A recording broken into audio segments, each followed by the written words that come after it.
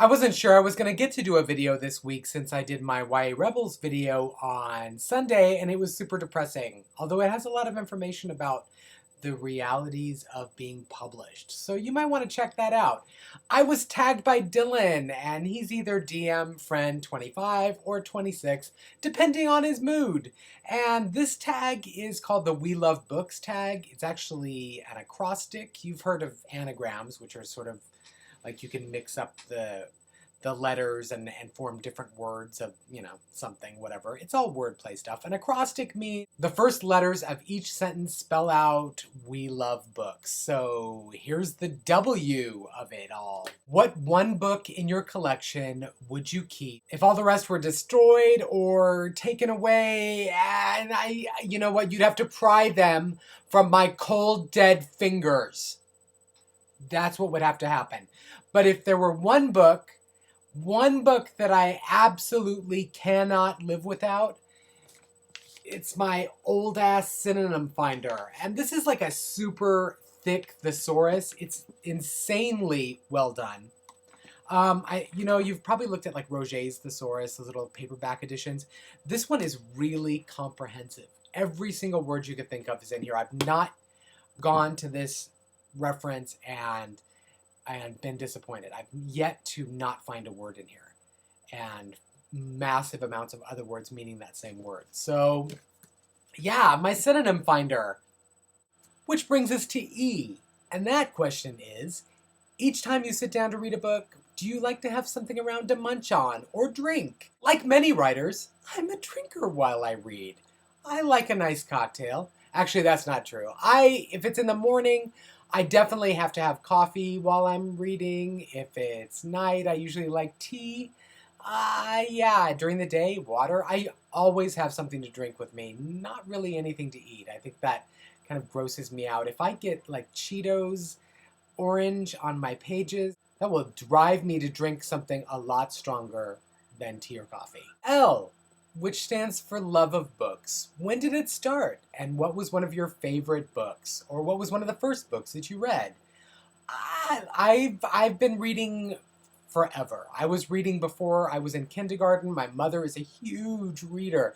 I cannot, for the life of me, remember what the first book I read is. However, I was a big fan of Dr. Seuss as a kid. My mom read it to me all the time. But one of the books that we always went back to was this book called My Book About Me. It was a Dr. Seuss sort of inspired workbook thing where I got to write in my own handwriting, my very, very young pre-kindergarten handwriting, about myself. And and to this day, it is completely illegible and I don't know what it says. But it's cute, and it has those pictures that Dr. Seuss draws that are really funny, and yeah. So there's that. The first book that I remember that really got me into reading, where I like kind of separated away from sort of what my mom wanted me to read, was Mrs. Frisbee and the Rats of Nim. It was great. It was a really good book. That was a long time ago, though. I can't remember what age I was at that point. The O is one book that you would never reread ever. Like, even if someone paid you. Although, frankly, depending on the amount of money, I'm kind of slutty like that. I might reread just about anything. But I'm looking around and I'm trying to think if there's anything that was just so awful I could not possibly pick it up again. The thing about it is that if I don't like a book within the first page, I put it down. So I've never subjected myself to anything that I felt like was absolutely worthless for a long stretch of time. It's like I've put it down within a page, so it's hard to say. Yeah, I don't have one. I couldn't find one. So V is very romantic or very full of action. I have to say, I need a book to be sort of action-packed. I need it to move and be really scene-driven and not a lot of sitting around and talking and not doing anything. There needs to be something going on, something that moves each chapter forward. And if that's action, so be it. If that's a romance that's really lively and there's lots of repartee and fun, like, language, then that's fine too. But if I can't have both, I'm definitely going with the action. E. End of a book. Cliffhanger or no cliffhanger? No cliffhanger. Absolutely not. You know what? Actually, it could have one, but in my mind, that will never be resolved because I don't like reading series.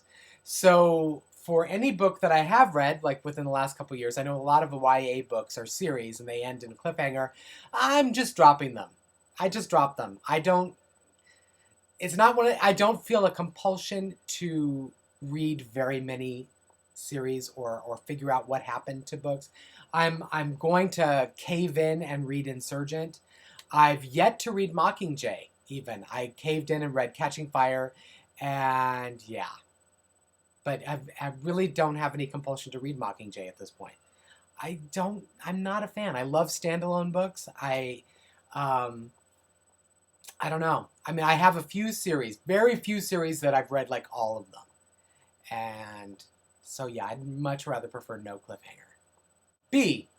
Big books or small books? Either way is fine with me.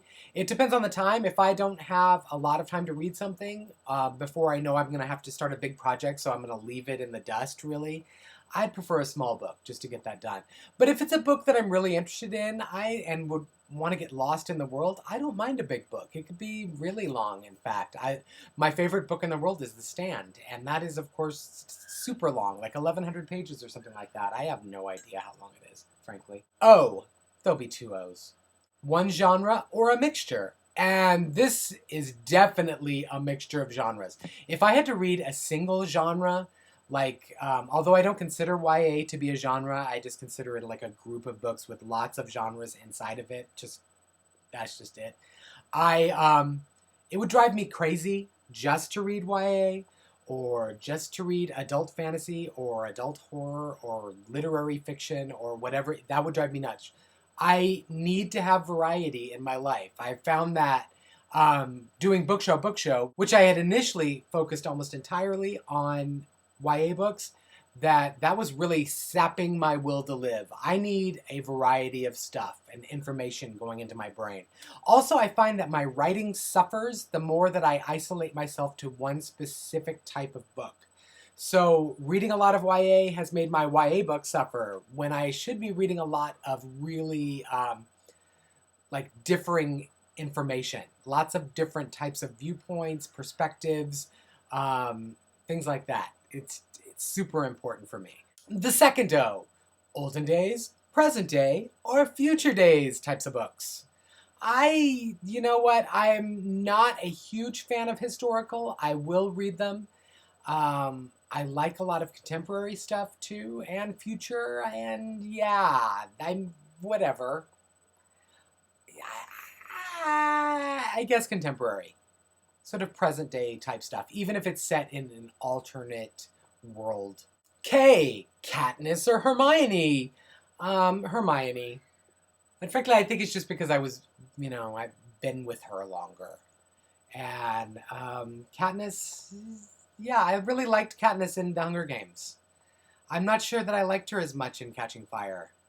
You guys can disagree in the comment thread, but there was something about the passivity that happened in the first half of that book that kind of put me off to her just a little bit. I still like her as a heroine. I think she's pretty great. I mean, compared to other heroines in YA literature, she's definitely pretty kick-ass. And the last question is for S, and that is series or standalone. And I've answered this one really, and that's I do prefer a standalone book, although I will read anything, including the first book in a series, but I am not going to commit to the actual series in the vast majority of cases. So yeah, that's it. That's my tag. So as usual, if you want to do the tag, do the tag. If you don't, you don't. But I am going to tag a few people. Cameron, book movie guy, you're on. Amanda from Amanda Pearl 2 Books. And Crystal from Vanilla Heart 62. You're on. You guys are on. Do it. You're dared.